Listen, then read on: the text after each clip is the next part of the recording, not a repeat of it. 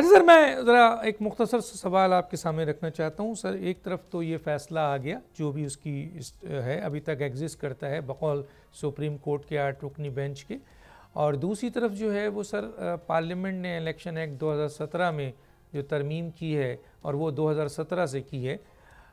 ایسی صورتحال میں ادھر سپریم کورٹ نے امپلیمنٹ کرنے کے لیے کہا ہے الیکشن کمیشن کو ریزرو سیٹ کا فیصلہ وضاحت میں, اور دوسری طرف اسپیکر نے خط لکھ دیا ہے الیکشن کمیشن کو اس الیکشن ایکٹ 2017 کا جو قانون بن گیا ہے اور اس کے اوپر انہوں نے ایکشن بھی لے لیا ہے.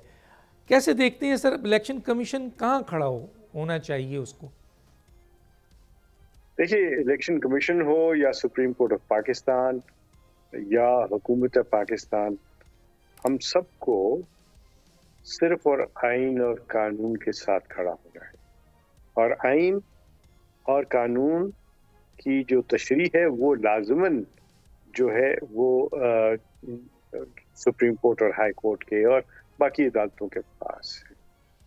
لیکن تشریح کا مطلب یہ نہیں ہے کہ آپ تحریر کرنا شروع کر دیں, اور تحریر کرنے والے کے پاس وہ حق حاصل نہیں ہے کہ وہ ڈیفائی کرنا شروع کر دے. تو دلیل کا جواب دلیل سے ہوتا ہے. اب جب سپریم کورٹ نے ایک قانون کے مطابق فیصلہ کیا اور دلیل دی اور اس کے اندر تشریح اس قانون کی جو اب چینج ہو گیا ہے, تو پھر شاید ضروری ہے کہ جو چینج ہوا قانون ہے اس کے مطابق اس کی تشریح کی جائے, اور جب تک کہ وہ قانون صفحہ کتاب پہ ہے تو اسی کو امپلیمنٹ ہونا ہے. کیا وجہ ہے اس کی؟ کیونکہ سپریم کورٹ کا ججمنٹ جو ہے وہ جس بنیاد کے اوپر دیا گیا, اگر اس بنیاد ہی کو چینج کر دیا گیا ہے تو اس کا ایفیکٹ لازمی طور پہ دیکھنا پڑے گا.